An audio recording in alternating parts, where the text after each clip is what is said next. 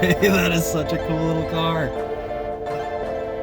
Holy shit, that's clean. Dude. Yeah. Yeah, let's go look at this thing.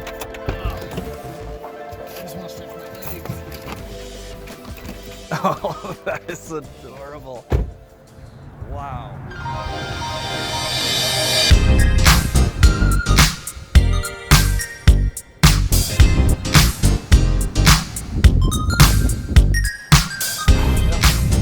I mean, if you feel ready to do it, like, give it a try. It's the worst that's gonna happen, you know? Nah.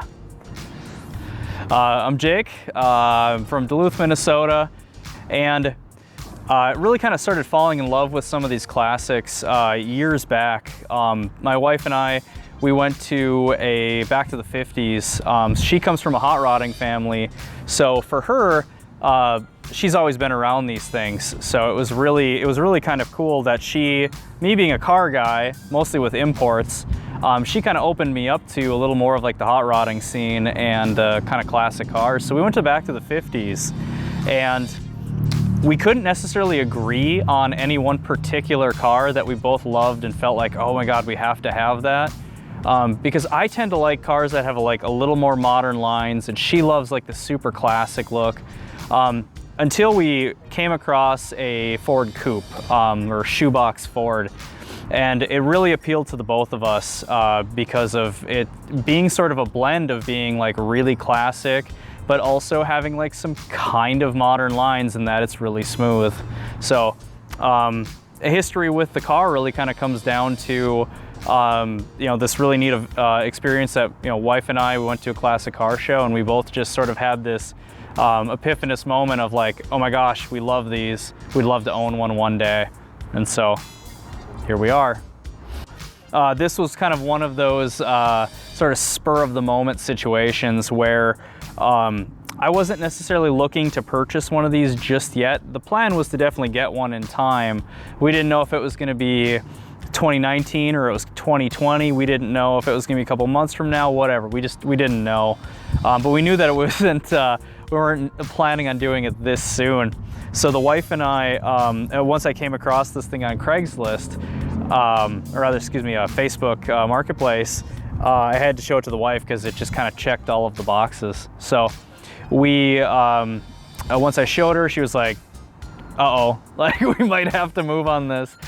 Contacted Donnie, he was available, we made it work. So we went down on a Saturday night, stayed halfway down in the cities, the Twin Cities.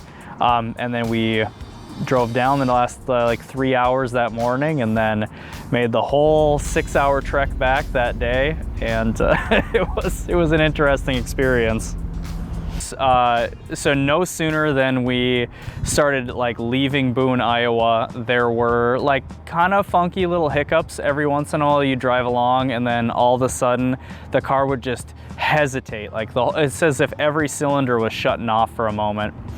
And these have an overdrive system in them that when you do that and you get back on the gas, like it's tough to explain. It's sort of like engaging a clutch, but it's kind of not. It's a very strange experience. So it would surge really hard, enough that it, surprised the heck out of me a couple of times. But she did okay.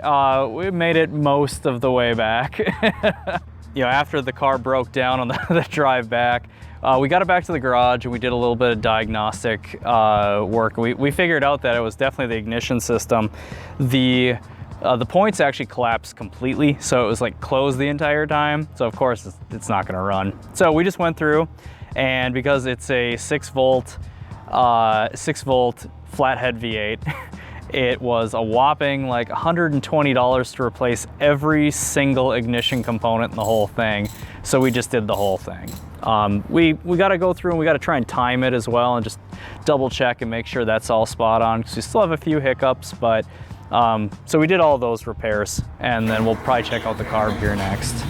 So, and I'm sure this is the question that everybody is going to ask, is what am I going to do with this? So my personal style is I love to, if I can lower it, I want to lower everything. And so what I really want to try and do is airbag it. and do the big fat white walls, because I mean you kind of have to. Like these cars, they just look so good with them. So big fat white walls, chrome wheels, bag it, and then we'll might change out the power plant for something a little more modern. We haven't really decided yet. Yeah, to definitely just, you know, dump it down into the grass and, you know, make a good cruiser out of it, something I can load the kids in and go get ice cream on a Sunday. Let's see. All right, so, you know, expect to see this car in upcoming videos. Nothing too terribly soon, just because we've got a couple other bigger things that we've got to wrap up, but, you know, we'll definitely be doing a ton of stuff to this car. You'll probably get sick of seeing it because there's going to be so many videos in the future of it. Yeah, so it should be a good time. I'm really looking forward to owning it. We've only probably put, you know, 400 miles on it now since buying it, 350 of that, or well, technically 300 because I didn't make it that last like 50. So maybe it's done 340 miles, whatever. We'll be driving the heck out of it. We'll be doing some cool stuff to it. So, you know, stay tuned. So you got it? Is that everything you needed? All right, sweet.